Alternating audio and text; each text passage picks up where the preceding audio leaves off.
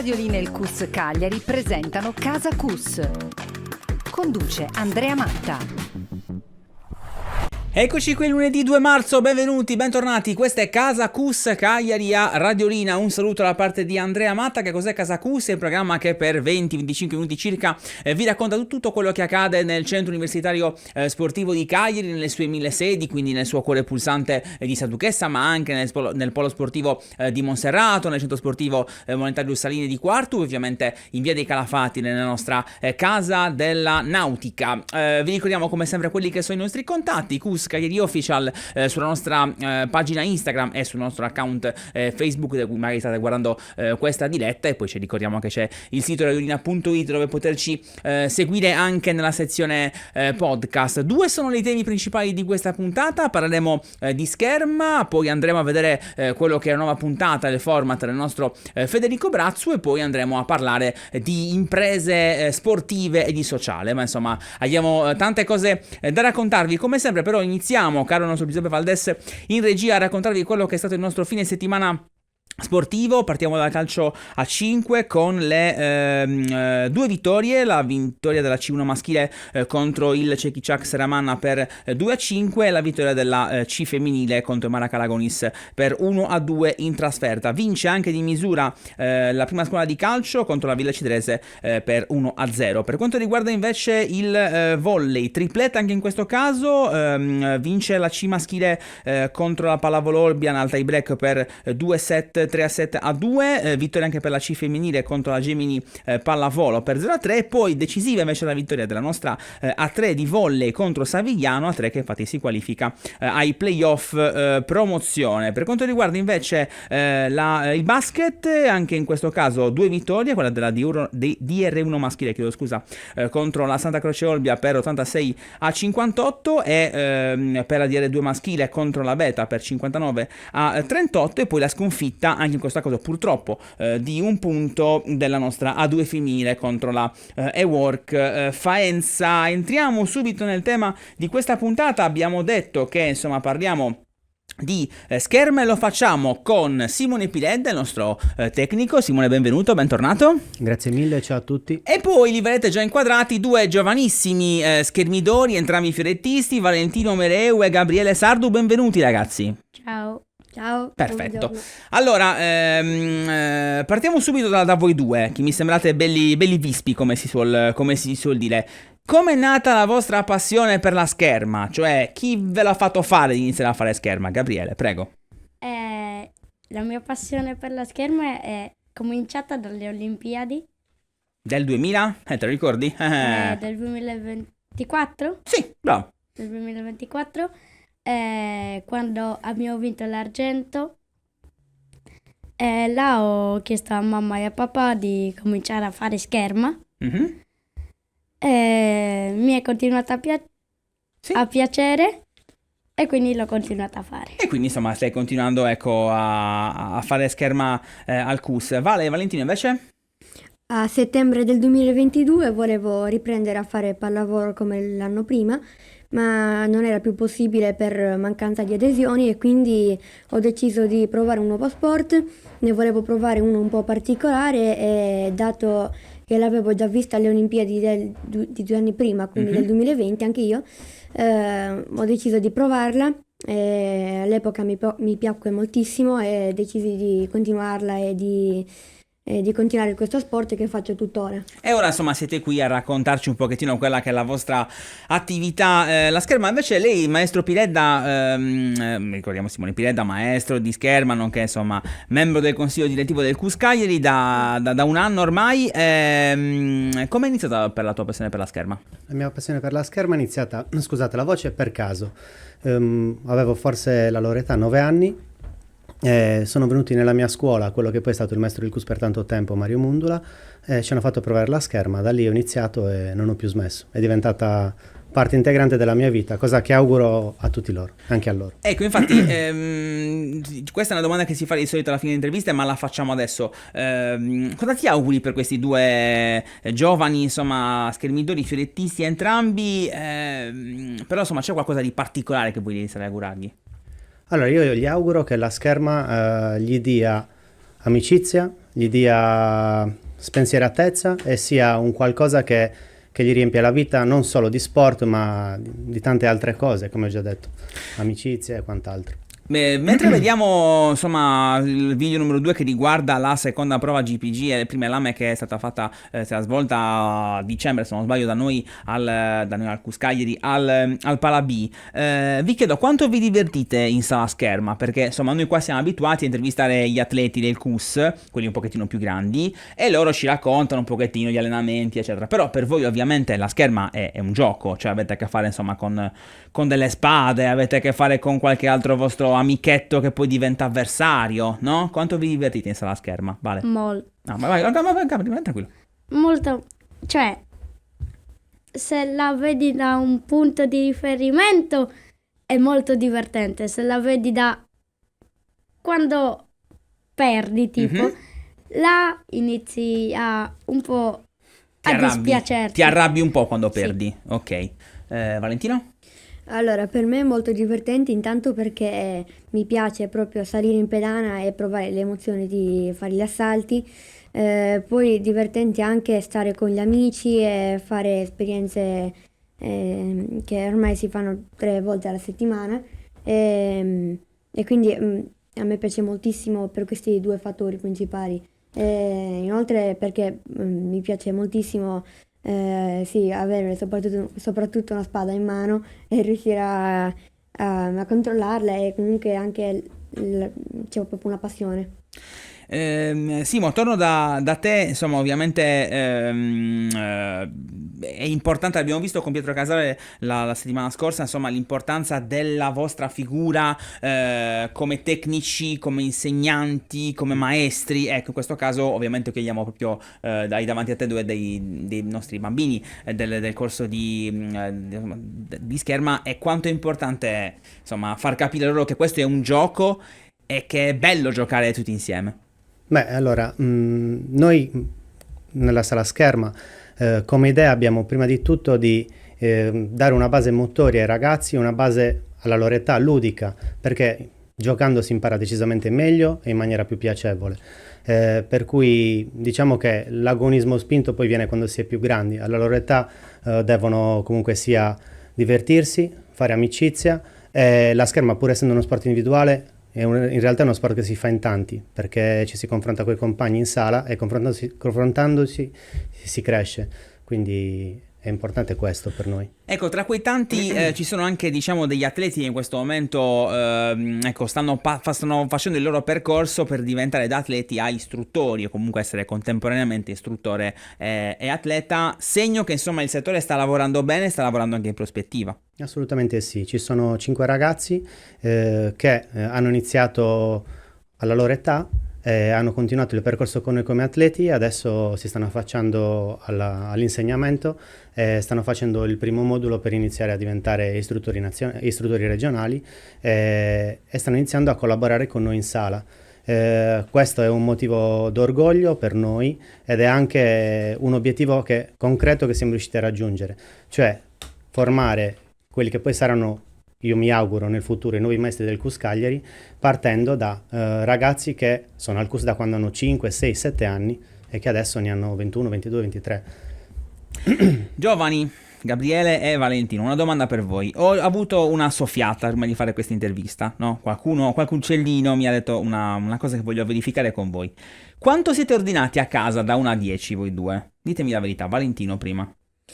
Allora, a casa, soprattutto in camera mia, sono abbastanza ordinato, però nella scrivania lascio di solito dei libri oppure qualcosa che mi è servito durante la giornata. Vabbè, diciamo che quello è un disordine relativo, è più piccolo. Gabriele, quanto sei ordinato tu da 1 a 10?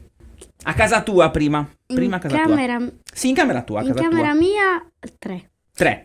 Quindi già partiamo da una base bassa. Ok, sì, ma invece aiutando i miei genitori, aiutando mamma, 9,5. ti stai comprando la seconda domanda così, Gabriele, perché io la seconda domanda che ti volevo fare in realtà è invece nel vostro spogliatoio, con tutti gli altri vostri amichetti, compagnetti di scherma, eccetera, quanto siete ordinati? 0. 0? Sì, 6, va bene, dai, va bene. Scherziamo ovviamente perché insomma una delle cose che ovviamente ci fa divertire è appunto il loro, ecco, essere parte attiva dell'ordine, ecco, di far parte appunto di questo anche di questo, di piccole attenzioni, no, che si devono fare. Voi ridete, scherzate, però dovete essere un po' più ordinati, vi hanno detto, ma poco poco, è giusto il tempo, insomma, l'ordine, anche perché poi ora voi siete a Monserrato, poi si tornerà, speriamo ovviamente il prima possibile, in quella che è la vostra casa, quella vera, la vera casa del settore schermo, ovvero Sa Duchessa. La settimana scorsa, durante la presentazione delle fermate CTM CUS, insomma, si diceva maggio, questa potrebbe essere già una data importante, anche perché insomma ora siete, diciamo, in comproprietà con la ritmica, però ovviamente tornare a casa vostra sarebbe importantissimo. Beh, assolutamente sì, non vediamo l'ora. Siamo fiduciosi che a maggio riusciremo a rientrare in sala scherma. Sarà una sala scherma totalmente rinnovata, veramente veramente bella. Io l'ho vista anche dall'interno, ormai è quasi ultimata. Stare al CUS Cagliari a Sa Duchessa è un qualcosa che un po' ci manca, anche se a Monserrato lavoriamo bene tranquillamente anche assieme alla ritmica, però avere un nostro spazio dedicato solo all'attività schermistica sarà un in più per tutti quanti. E anche ovviamente per i bambini, appunto, che potranno rivedere e rivivere quella che appunto è l'atmosfera CUS, che in realtà poi hanno già vissuto, perché insomma Valentino diceva prima che è arrivata nel 2022 più o meno, quindi insomma un po' di ambiente CUS l'ha già vissuto. Vi chiedo, com'è andata questa intervista? Com'è andata? Molto bene. Molto bene, Gabriele? Benino. Beh, buono, questa mi sembra un'ottima valutazione. Adesso vi faccio un'ultima domanda e poi vi lascio andare. Torno da Simone, perché insomma a metà marzo arriva un momento importante, ovvero quelli che sono i campionati italiani a squadre, Fioretto, Spada e Sciabola, che ti vedrà tra l'altro anche in pedana da protagonista. Quello che sentite sotto non è un attacco così nucleare, ma in realtà sono appunto le immagini delle assoluti di Spada che vediamo, in cui c'è proprio il suono. Mettilo un attimino di più il suono, Giuseppe. Questo è il suono che, diciamo, si sente abitualmente anche in una sala scherma e appunto anche durante le gare. Torniamo, insomma, a parte il suono, è un appuntamento importante per voi. Sì, assolutamente sì. Il weekend che va dal 14 al 16 di marzo saremo impegnati sulle pedane di Piacenza con i campionati italiani a squadre, dove abbiamo 3 squadre in B1 che sono il Fioretto maschile, il Fioretto femminile e la Spada maschile, e una squadra in B2 che è la squadra di Sciabola maschile. Non diciamo niente, No, però stiamo andando no. lì per competere, per giocarcela, e quindi siamo molto molto fiduciosi e siamo pronti. Allora, cari Valentino e Gabriele, noi qui ogni volta che finiamo l'intervista con gli atleti del CUS chiediamo sempre che cos'è per questi atleti il CUS Cagliari, ok? Che cos'è per voi il CUS? Allora, il CUS per me è una specie di casa, dato che ci sono da 4 anni, 3 volte a settimana, come ho già detto, ed è anche, oltre un centro sportivo, proprio un posto in cui mi trovo bene e mi sento anche istruito. Gabriele. Il CUS per me è un posto dove mi posso sfogare e dimenticare tutte le cose che sono successe a scuola, perché con gli amici posso tirare, giocare. Bello, bellissimo, è bellissimo. Simone, invece per te cos'è per il CUS? Vabbè, per me è semplice, per me è casa mia. Ok, anche Io ho perché... iniziato, sono arrivato al CUS, avevo 11 anni. Non diciamo quanti anni ho No, ora. diciamo, non te Però lo sono chiedo. più di 30.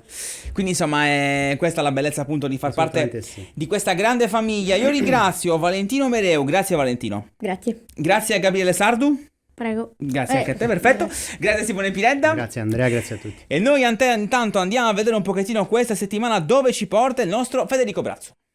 11 in campo e altri 11 pronti a prenderti il posto. Lo sport di oggi è il calcio, che è presente qui al CUS Cagliari fin dai primi tempi, nel lontano 1947. Questo sport è incredibile perché è fatto di compiti e fiducia reciproca e si parte da dietro, da coloro che leggono ancora prima di intervenire, che danno le legnate, che tengono la voce sempre alta, la difesa. Da lì si passa al centrocampo, dove bisogna smistare, cucire gli assist perfetti e si dettano letteralmente i tempi. Insieme ai laterali, che devono restare lucidi anche quando il fiato è corto e le gambe chiedono pietà. E poi abbiamo l'attacco, coloro che si prendono il boato dopo un gol, i bomber, che però hanno studiato l'attimo perfetto e si sono presi anche forse qualche legnata. E mentre tutto questo succede dietro, tra i pali, C'è chi forse ha la responsabilità più grande tra le mani, o meglio, tra i guanti. Ma la vera differenza forse nasce prima, nello spogliatoio. Perché chi è pronto a entrare spinge chi è in campo. Chi è in campo sa che fuori c'è qualcuno che vuole il suo posto. Diciamo che è un mix tra supporto e competizione. Ed è proprio questa dicotomia a creare la squadra. E qui la domanda sorge spontanea. Come si fa a mantenere la coesione in un gruppo? È difficilissimo. Bisogna individuare i leader, si devono Quindi- auto-individuare i leader all'interno di un gruppo, che sono quelli capaci di creare la coesione. Vederlo nei ragazzi, tra l'altro, è molto affascinante, perché si no, trovano dei leader che non avresti mai immaginato, silenziosi, oppure alcuni molto chiacchieroni che riescono a portare il buon umore. Come è diviso il settore calcio qua al Cus Cagliari? Noi siamo divisi nel settore giovanile, che comprende gli allievi e i giovanissimi, sono più o meno 100 ragazzi in queste due categorie, più tutta la scuola calcio con esordienti, pulcini, primi calci e piccoli amici che girano tutti nei nostri campi qua. Ce n'è per tutti. Sì, sì, sì. E anche in questo sport, forza, energia e soprattutto il gruppo fanno la differenza. Noi ci vediamo alla prossima puntata tra Bra e Campo, storie, persone e sport. E grazie al nostro Federico Brazzu per averci portato dentro il mondo del calcio giovanile. Io sono Andrea Matta, questa è Casa Cus Cagliari a Radiolina. Noi vi portiamo in questa seconda parte della puntata a scoprire, a parlare di imprese sportive e di sociale. Lo facciamo con Michele Marongiu. Benvenuto. Ciao a tutti, buonasera. Allora, spieghiamo un pochettino come nasce questa intervista. Qualche giorno fa il buon Roberto Zorcolo dal centro sportivo Montagius di Quartu mi manda un video in cui appunto Michele, ecco, diciamo, salutava, no, un po' i giovani e i non giovani del centro sportivo e mi racconta un po' questa nuova impresa di Michele. La faccio raccontare a te però, perché poi tu tra qualche giorno, aerei permettendo, visto un po' il delirio mondiale che sta accadendo, sei in partenza per la Patagonia. Sì, sono in partenza per la Patagonia, dove parteciperò a una manifestazione sportiva di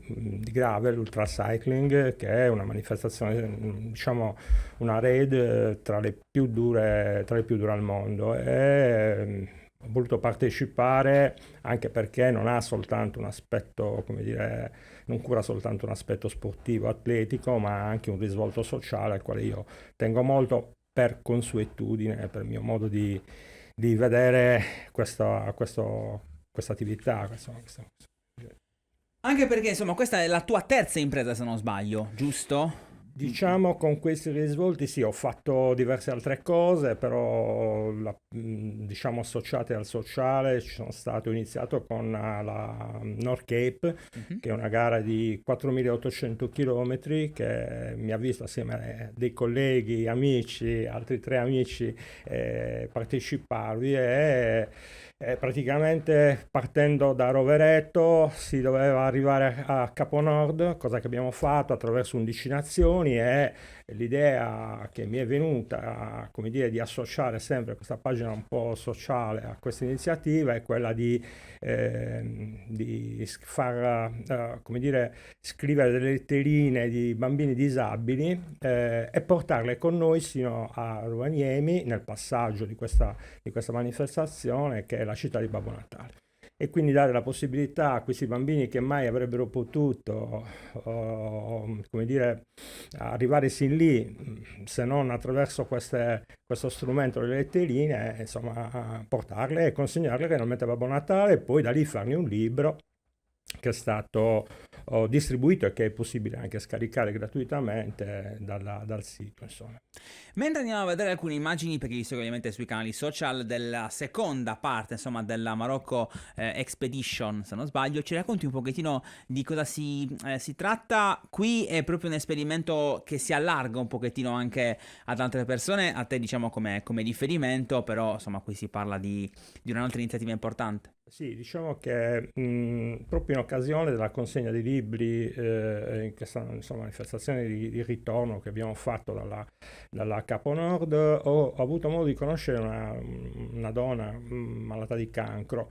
La cosa mi ha, come dire, coinvolto, colpito, e ho pensato che bisognasse fare qualcosa, un po' per dare anche alle persone che hanno si sono incontrati purtroppo con questa malattia, dare la possibilità del credere che si possa, come dire, venirne fuori anche con quello che potrebbe essere un'attività sportiva.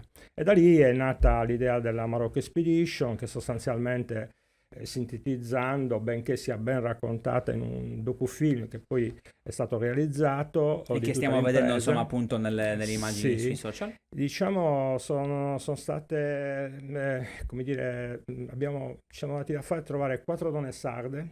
Poi, a dire il vero, sono partite 3 perché una di queste ha avuto una serie di problemi e praticamente in una fase di preparazione, da quasi niente, le abbiamo portate con tutta un'organizzazione alle spalle, ovviamente di professionisti, perché certe cose non si inventano.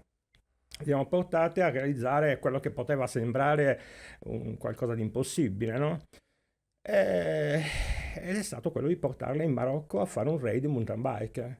Da lì ovviamente loro sono diventate come dire, proprio ambasciatrici di questo messaggio e tutt'oggi questa iniziativa ha lasciato un po' il segno, anche perché molte persone si sono avvicinate a questa attività consapevoli che lo sport è una vera e propria cura e così è stato, insomma, questo in breve.